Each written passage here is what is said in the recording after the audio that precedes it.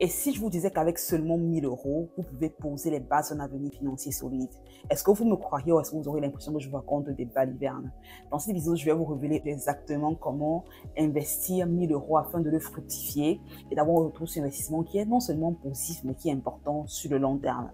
Très souvent, lorsqu'on parle d'investir, des objections qui reviennent encore et encore, c'est « je n'ai pas assez d'argent, je n'ai pas du temps, je ne sais pas dans quoi investir, je ne sais pas par où commencer, je suis totalement intimidée. » C'est vraiment l'idée, c'est qu'à la fin de cette vidéo, tu aies ces différents éléments de réponse qui vont te pousser, te propulser, te galvaniser surtout à investir, indépendamment du montant que tu as présentement dans ton compte en banque, indépendamment que tu sois travailleur, au chômage, à la retraite ou même étudiant. Si tu me découvres pour la première fois sur cette vidéo, welcome, je suis Jolie Desmathieu. Et quand j'ai commencé à investir il y a quelques années de ça, j'avais beaucoup moins de 1000 euros. J'avais probablement la moitié de 1000 euros.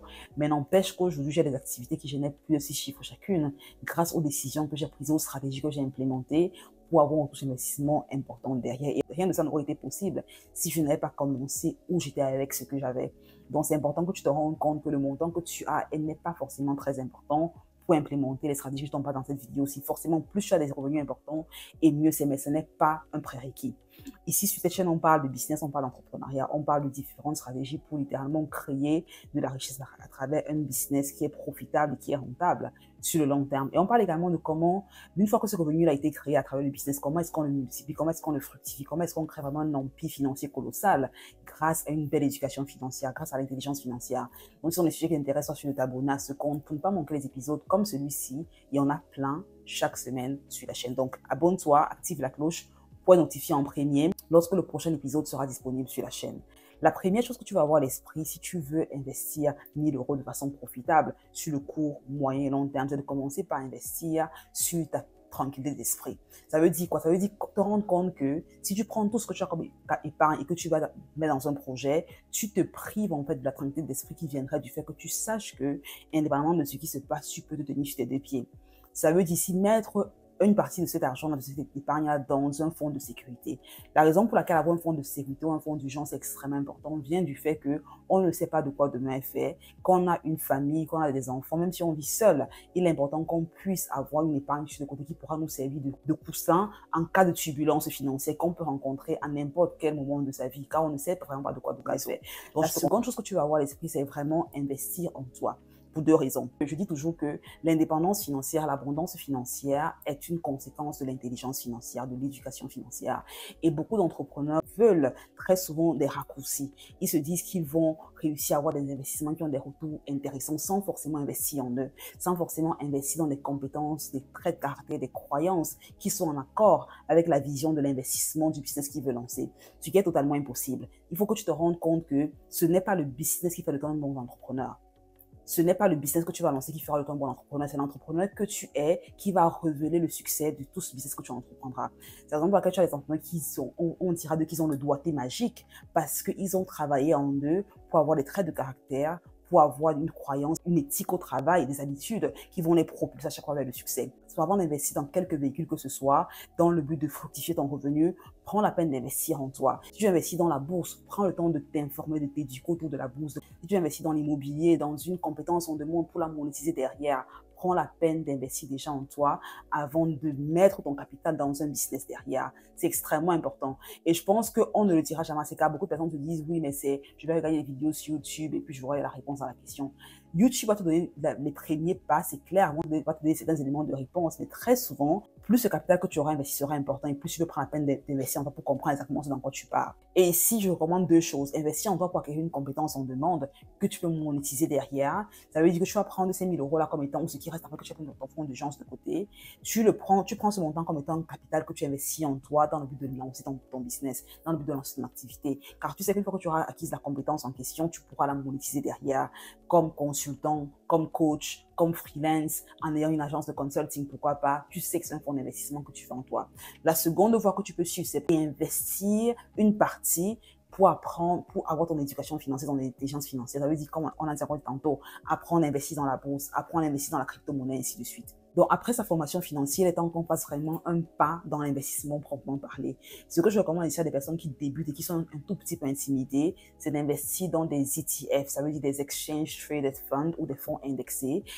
La beauté à investir dans la bourse à travers des ETF comparés à des actions de compagnies spécifiques, c'est que tu as la capacité ici d'avoir accès à une diversification de risques qui est très importante. Donc, comparé à une action dans laquelle tu investis, par exemple, comme Tesla ou comme Coca-Cola, par exemple, tu investis dans une entreprise. Ici, l'entreprise a quelques turbulences qui soient, ton capital est fortement affecté.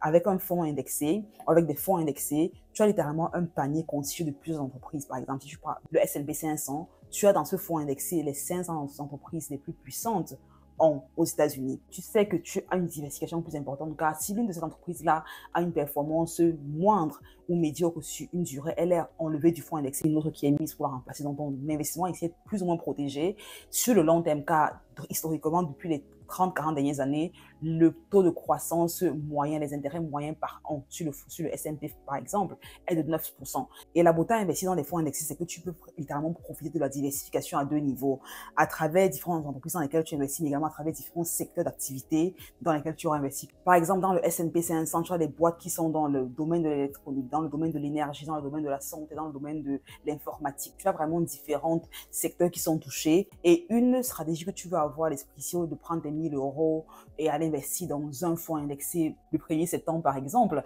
Tu peux te demander comment est-ce que j'applique la méthode du dollar cost averaging. Ça veut dire tous les mois, je mets un montant. Car la vérité, c'est que le coût d'acquisition des fonds indexés, indépendamment duquel tu choisis, dans lequel tu choisis d'investir, le coût d'acquisition est assez fluctue tous les mois. Ça veut dire qu'il y a des mois où ce sera plus bas, il y a des mois où ce sera plus haut, ainsi de suite. Donc, tu veux, à travers une stratégie de dollar cost averaging, tu auras des mots, tu pourras acheter le fonds peut-être à 80 €, des mots ce sera à 60 €, des mots ça peut être à 70 €, ainsi de suite. Donc, tu peux vraiment avoir des prix assez intéressants que si tu ne prenais tout ton capital initialement et allais investir directement sur un fonds indexé. En termes de plateforme, dans quelle plateforme est-ce que j'investis, Jolie, où est-ce que je mets cet argent-là? Je recommande, celle que j'utilise probablement, c'est Trade Republic, vu que je suis basée en Allemagne, Trade Republic et également à Interactive Broker, qui je pense est disponible également dans tous les pays, que tu sois en France, en Belgique, je pense que même si tu es en Afrique, tu peux utiliser Interactive Broker pour investir. La quatrième étape, qui est important d'avoir à l'esprit, c'est de ne pas se diversifier trop vite.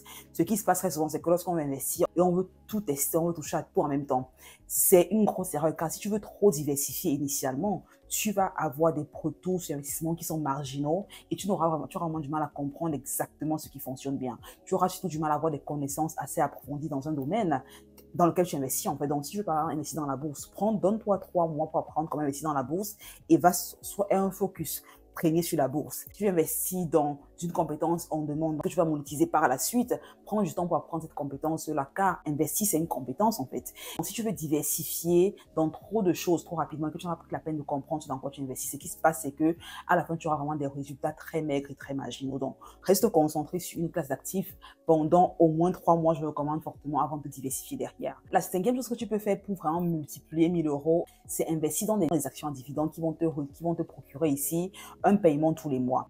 Car lorsqu'on parle d'investir dans la bourse, tu as deux façons d'y penser. Tu peux soit investir dans des fonds indexés ou investir dans les actions à dividendes. Ma stratégie actuelle incorpore les deux. Donc, j'ai un montant qui est alloué à des fonds indexés. Il y a un montant qui est alloué à des actions à dividendes.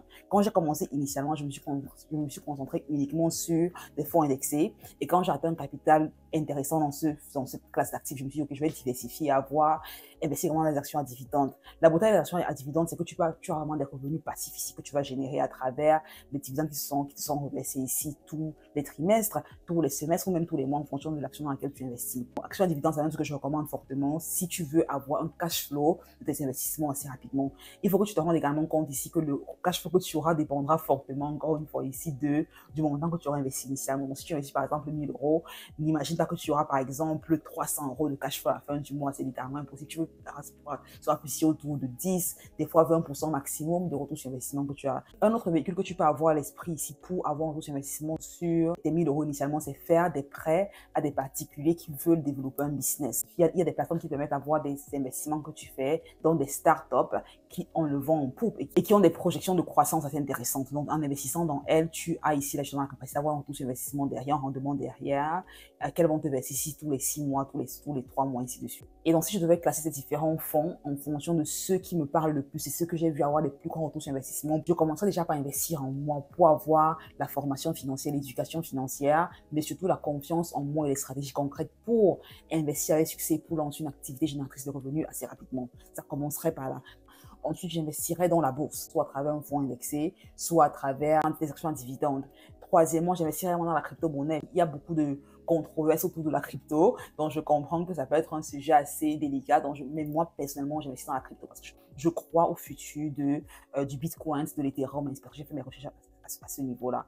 Et donc, le troisième élément que je recommanderais d'investir, c'est investir dans un fonds d'urgence. C'est encore la paix et la tranquillité d'esprit que tu as n'a pas de prix. Donc, voilà ainsi 106 stratégies que tu peux avoir à l'esprit, que tu peux implémenter pour faire que les 1000 euros que tu as soient fructifiés, indépendamment d'où tu résides présentement, indépendamment de l'âge que tu as. Dis-moi en commentaire laquelle de ces stratégies te parle, laquelle est-ce que tu vas surtout implémenter afin d'avoir ce revenu-là qui est fructifié. Car le plus important, c'est pas juste de regarder la vidéo, mais c'est de regarder la vidéo et derrière, prendre les actions qui vont te pousser à réussir sur le long terme. Merci d'avoir été là tout au long de la vidéo. Si tu as des questions, laisse-les-moi en commentaire. Je me ferai un plaisir comme à chaque fois de te répondre. J'ai laissé un guide en description qui te montre exactement comment assainir tes finances et comment budgétiser ton revenu afin de comprendre exactement ton argent va et accélérer la capacité que tu as épargnée et à repayer ta dette rapidement. Donc, je laisse le guide en description. Sois sûr de prendre une copie de ce guide-là. Si tu as des questions, laisse-moi en commentaire. On se retrouve au prochain épisode. D'ici là, je te souhaite une excellente journée, une excellente semaine, une excellente vie. Si tu n'es pas encore abonné, abonne-toi, active la cloche pour être notifié en premier lorsque la prochaine vidéo sera sur la chaîne. Allez, bye bye.